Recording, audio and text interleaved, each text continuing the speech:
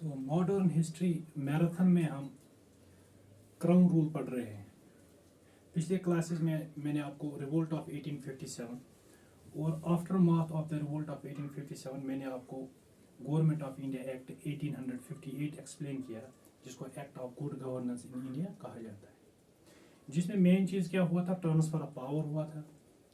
जो crown rule था वो एस्टेब्लिश हुआ था, एंड जो कंपनी रूल था यानी ईस्ट इंडिया कंपनी वो एबॉलिश हुई थी।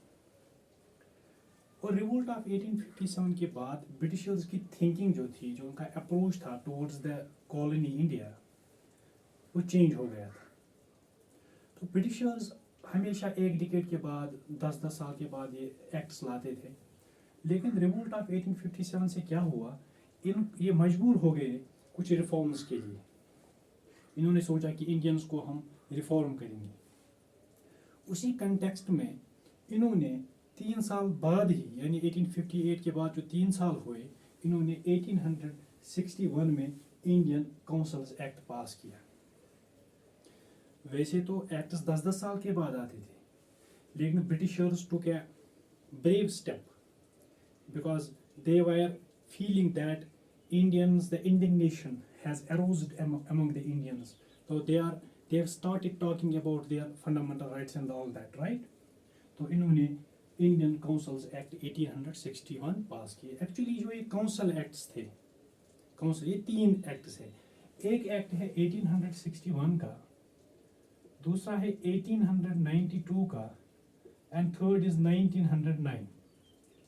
इनको काउंसिल एक्ट्स कहा जाता है। जैसे 1909 का एक्ट है, इसको मॉरली मिंटो रिफॉर्म्स भी कहा जाता है, जो हम आगे क्लासेस में डिस्कस करेंगे। So there were 3 council acts passed by the British parliament in respect to the India for the good governance of India. तो ये एक्ट पास किया गया। इस एक्ट के क्या प्रोविजंस है वो आज हम इस लेक्चर में डिस्कस करने जा रहे हैं। I hope that you will pay your utmost attention, right? इन्होंने कहा हम रिप्रेजेंटेटिव इंस्टीट्यूशंस बनाएंगे। रिप्रेजेंटेटिव इंस्टीट्यूशंस यानी जो इंस्टीट्यूशंस है, उन इंस्टीट्यूशंस में हम इंडियंस को रिप्रेजेंटेशन देंगे। This was the first promise that was made under this act, that is the representative institutions। यानी जो इंडियन नेटिव्स है हम उनको अपॉइंट करेंगे, हम उनको नॉमिनेट करेंगे अच्छे अच्छे प्लेसेस पे, अच्छे अच्छे पोस्ट्स पे उनको हम एक्सेस देंगे for law making process. For this was all for law making process. यानी जो गवर्नेंस है, जो इंडिया में ब्रिटिश गवर्नेंस चल रही है, उस गवर्नेंस में we will not ignore Indians, we will take active participation of Indians in law making process। तो ये पॉइंट पहले बोला गया, which is representation of Indians to different institutions by associating Indians with the law making process। अब जब ये कहा गया, ये पहला प्रोविजन था इस एक्ट का, जो उस टाइम यहाँ वाइस रॉय था, the then viceroy of India, वो जो था लॉर्ड कैनिंग्स। कौन था? लॉर्ड कैनिंग्स। लॉर्ड कैनिंग्स मैंने पिछली वीडियो में भी आपको बताया है। Lord Cannings was the last governor general of India। At the same time he became the first viceroy of India after East India Company was abolished।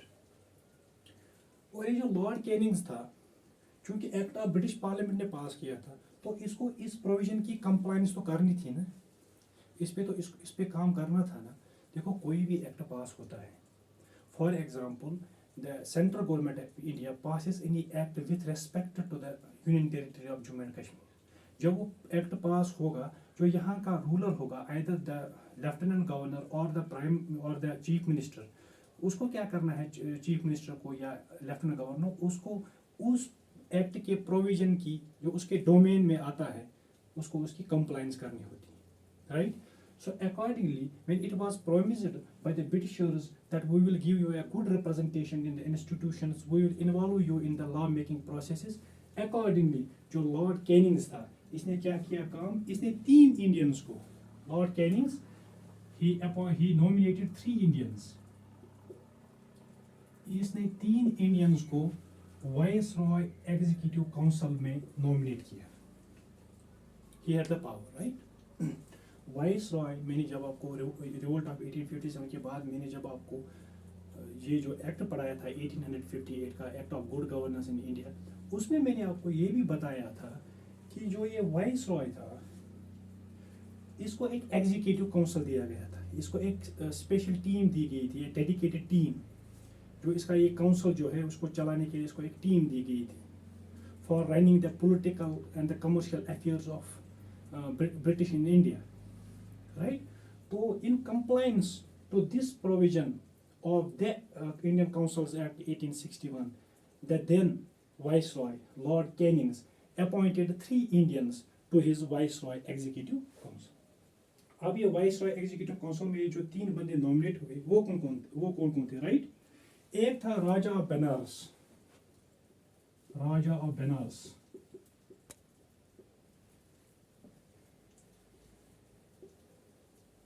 ये पहला था राजा बनारस जो था, इसको ये उस टाइम राजा था बनारस का, इसको जो ये लॉर्ड कैनिंग्स था, वाइस रॉय था, इसने इसको अपॉइंट किया था वाइस रॉय एग्जीक्यूटिव काउंसिल में, राइट? इसके अलावा the Maharaja of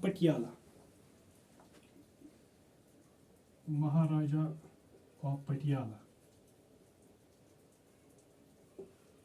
and third is sir Dinkar Rao. ये क्वेश्चन एग्जाम में आ जाता है कॉम्पिटिटिव एग्जाम्स में या जेके एसएसबी के जो एग्जाम्स है जिनमें हिस्ट्री सिलेबस है, ये क्वेश्चन आ जाता है. पहला प्रोविजन इंडियन काउंसिल एक्ट 1861 का पहला प्रोविजन क्या कहता है? ये कहता है कि हम इंडियंस को रिप्रेजेंटेशन देंगे, इनको हम लॉ मेकिंग प्रोसेस में इन्वॉल्व करेंगे.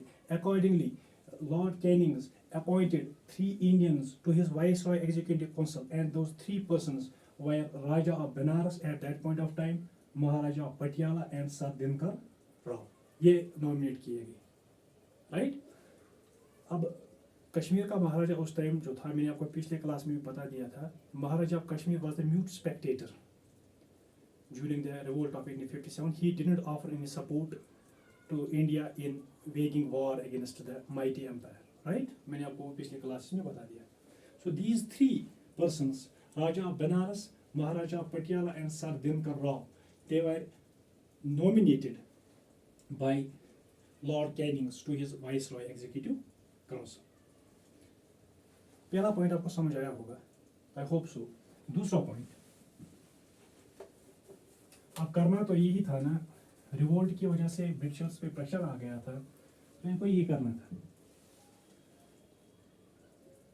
दूसरा पॉइंट है, it initiated the process of decentralization. It initiated the process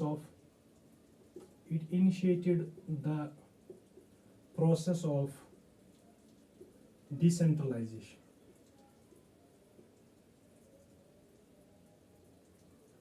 देखो, अगर हम कंपनी रूल की बात करेंगे, कंपनी रूल में सबसे पहला एक्ट जो 1773 में हुआ था, रेगुलेटिंग एक्ट ऑफ 1773, उसको ब्रिटिशर्स ने रिवाइव किया.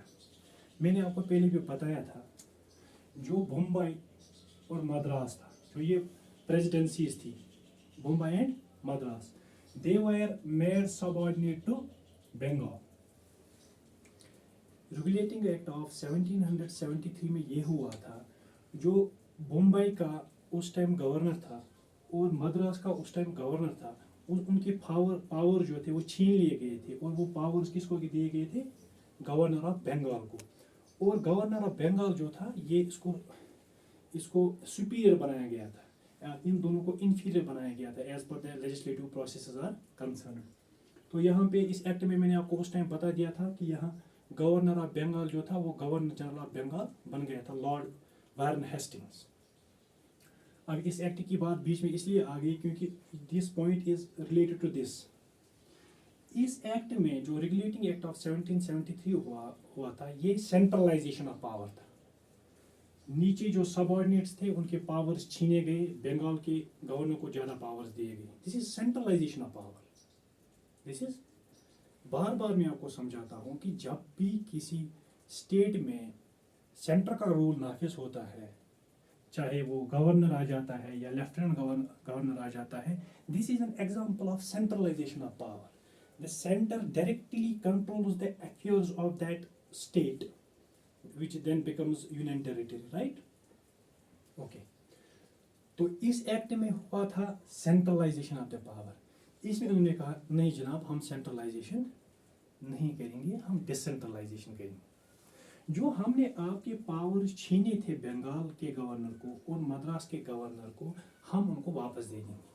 We will restore the dignity and the powers of the governor of Bengal and Madras, which in other terms means the process of initiating the concept of decentralization।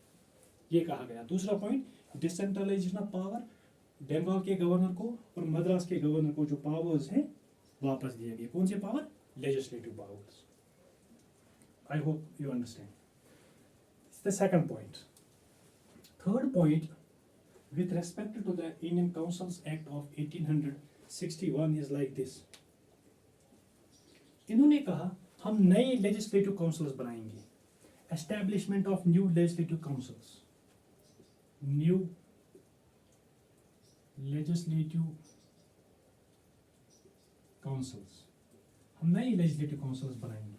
क्योंकि concept तो जो था ना Indian council acts का, वो यही था कि रिप्रेजेंटेशन, इंडियंस की रिप्रेजेंटेशन हम इंक्रीज करेंगे। सेंट्रल प्रोविजनल असेंबली में या जो प्रोविंसेस में असेंबलियाँ हुआ करती थी, तो उनमें हम आपको रिप्रेजेंटेशन दे देंगे। तो वो तभी होता जब नए नए लेजिस्लेटिव काउंसिल्स क्रिएट हो जाते। तो इस एक्ट की वजह से नए नए लेजिस्लेटिव काउंसिल्स इन्होंने बनाए। इन्होंने 3 जगह बनाए। एक इन्होंने बंगाल में बनाया, दूसरा इन्होंने नॉर्थ वेस्ट प्रोविंसेस में, तीसरा इन्होंने पंजाब में। They separate the new legislative councils for Bengal, for northwest provinces and the Punjab. They were established to give opportunity to the Indians to take part in the decision making in India, right? ये 1882 में बना था। इसकी separate dates है। Separately question आ जाएगा कि ये provinces कब बनाए गए थे। ये 1862 में बना था। New Legislative Council of Bengal was established under Indian Council Act 1861 in the year 1862 और ये 1886 में बना था। New Legislative Council for Northwest Provinces was established under the Indian Council Act of 1861 in the year 1886 और पंजाब का 1879 में, 1897, right? This was the third point with respect to the Indian Councils Act of 1861। अब मैं आपको fourth point सिखा देता हूँ। Fourth point,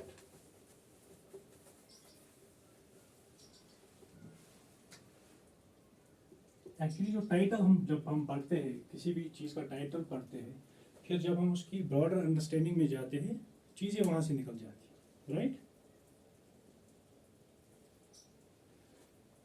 इस एक्ट ने जो वाइसरॉय था, this act of 1861, it empowered, इसने पावर दिया किसको? वाइसरॉय को, for the smooth transaction of business. जो लेजिस्लेटिव बिजनेस है उसके रिलेटेड ज़्यादा पावर्स आ गई। For the smooth running of the legislature, for running the business of the legislature, the viceroy was given more powers. He was empowered to make rules and orders for the convenient transaction of business, right? और एक चीज, important point, establishment of concept of portfolio, इसी में हुआ था, इसी act में। Portfolio concept क्या है?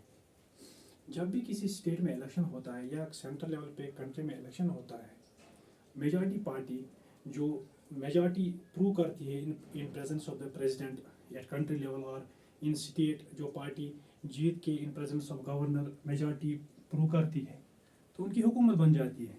जब हुकूमत बन जाती है, चाहे वो कोलिशन पार्टनर के साथ हो या इंडिपेंडेंट हुकूमत जब बन जाती है, उनका एक कैबिनेट बनता है, कैबिनेट ऑफ मिनिस्टर्स। उस कैबिनेट ऑफ मिनिस्टर्स में हर किसी मिनिस्टर को डिपार्टमेंट्स दिए जाते हैं।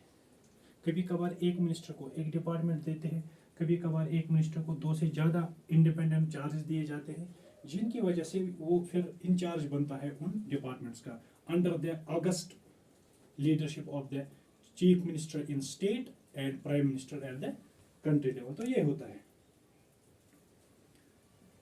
इस पोर्टफोलियो सिस्टम की वजह से हर कोई मेंबर जो था वाइसरॉय एग्जीक्यूटिव काउंसिल में, उसको एक या दो से ज़्यादा डिपार्टमेंट्स का चार्ज दिया जाता था।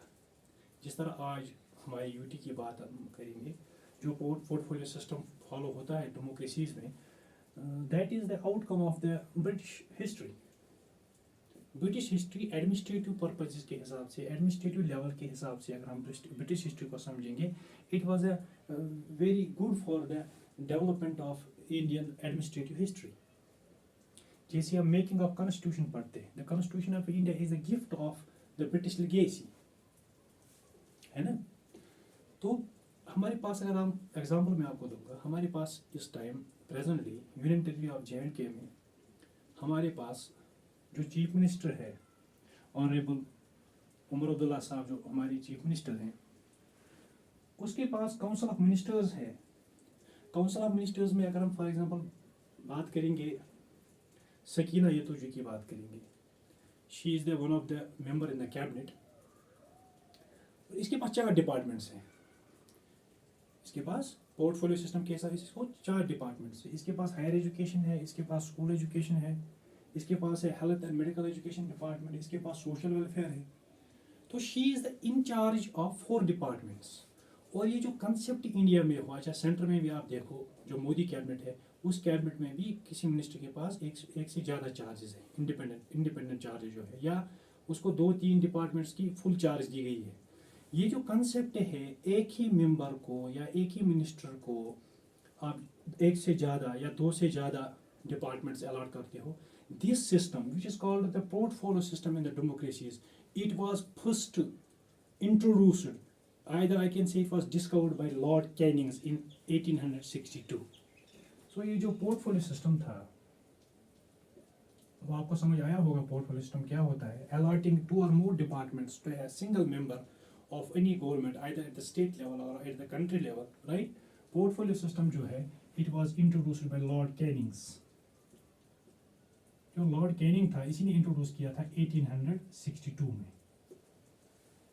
ये क्वेश्चन आ सकता है, the portfolio system was introduced by Lord Canning under which act? I hope you understand. The answer will be Indian councils act of 1861। इसके अलावा एक और पॉइंट है, 5th point, very easy, when you learn things in a very sequential manner, it becomes very easy, ठीक है। इस act ने viceroy को और पावर्स दे दिए। This act gave more powers to viceroy in respect to issuance of ordinances. ये viceroy जो था, अब ये ऑर्डिनेंसेस इशू कर सकता था without the concurrence of the legislator. इसको लेजिस्लेटर की, he was not dependent on legislature के concurrence के बगैर he was empowered to issue the ordinances, and the life of such ordinances, जो ये ordinance, the power of issuing ordinances, तो ये जो इसमें जो life of the ordinance थी, that was 6 months। तो आज मैंने आपको 5 पॉइंट्स एक्सप्लेन कर दिए इंडियन काउंसिल एक्ट 1861। पहला पॉइंट मैंने आपको बता दिया कि लॉ मेकिंग प्रोसेस के लिए इंडियंस को जगह दी गई, और लॉर्ड कैनिंग जो था, the then viceroy of India, he in compliance to the provision of this act, he nominated 3 Indians to his Viceroy Executive Council, which were the Raja of Benares, the Maharaja of Patiala and Sir Dinkar Rao। दूसरा point मैंने बता दिया, it initiated the process of decentralization। जो इन्होंने regulating act of 1773 में centralisation का concept create किया था, वो उन्होंने अब वापस कर दिया। दे रिवोक्ड दिस एक्ट। इन्होंने अब कहा कि हम डिसेंट्रलाइजेशन की तरफ जाएंगे। डिसेंट्रलाइजेशन एक अच्छी चीज़ है। जो पावर शेयरिंग हम सिविक्स में पढ़ते हैं, पावर शेयरिंग में decentralisation is the important concept and it is very good for the general development of the masses. देखो कैसे हमारे पास इंडिया में 3 टायर गवर्नमेंट है। सेंटर में गवर्नमेंट है, स्टेट में गवर्नमेंट्स है, पंचायत है, म्यूनसिपलिटीज़ है, अर्बन लोकल बॉडीज़ है। Decentralisation of power, decentralisation of power में क्या होता है, जो नीचे नीचे लोग होते हैं they get the power to discuss the policies of the government, they discuss the problems of the people, these problems are then addressed by the higher authorities and these problems are being solved for the betterment of the general public, right? So इन्होंने इसमें decentralisation, यानी in other words हम यही कहेंगे कि Indian council act 1861 की वजह से रेगुलेटिंग एक्ट ऑफ 1773 जो था वो रिवोक हो गया, it was revoked bye the British parliament, right? इसके बाद मैंने आपको बोला पोर्टफोलियो सिस्टम का कंसेप्ट, ठीक है, पोर्टफोलियो सिस्टम का कंसेप्ट, ट्रांजैक्शन ऑफ बिजनेस के पावर्स वाइस रॉय को, यानी ये सारे पावर्स किसको दिए गए थे? वाइस रॉय को, क्योंकि गवर्नर जनरल ऑफ इंडिया जो था वाइस रॉय बन गया था। वाइस रॉय को इसके अलावा मैंने आपको बता दिया था सेक्रेटरी ऑफ स्टेट भी एक पोस्ट क्रिएट किया गया था, सेपरेट पोस्ट क्रिएट किया गया था गवर्नमेंट ऑफ इंडिया एक्ट 1858 की वजह से। So this is all about Indian council act. नक्शल में याद रखो पब्लिक रिप्रेजेंटेशन, इसमें कहा गया कि इंडियंस को हम रिप्रेजेंटेशन दे देंगे, फिर न्यू एडमिनिस्ट्रेटिव काउंसिल्स बनाएंगे ताकि ये शेप हो जाए। और जो यहाँ के ये लोकल रूलर्स है, राजे रजवाड़े हैं, इनको फेथ डेवलप हो जाए ब्रिटिश सिस्टम में। ये रिवोल्ट ऑफ 1857 की तरह एक और म्यूटिनी पे नहीं जाएंगे, इनको ट्रस्ट होगा, ब्रिटिश गवर्नेंस पे इनको भरोसा होगा। तो it was a step taken by the British government after the revolt of 1857 and this is all about Indian council act of 1861। I hope that you will follow my channel for upcoming lectures. Next lectures में मैं जो India में political parties बनी थी 1885 में, जो Indian national Congress बना था, उससे पहले कौन कौन से पार्टीज बनी थी, उनका क्या मोमेंटम था, फिर हम आगे आगे जाके इंडिपेंडेंस की तरफ जाएंगे 10-20 लेक्चर्स कंप्लीट करने के बाद। I hope that you are getting benefited from my lectures and you will subscribe and share my channel for the betterment of the students. Thank you.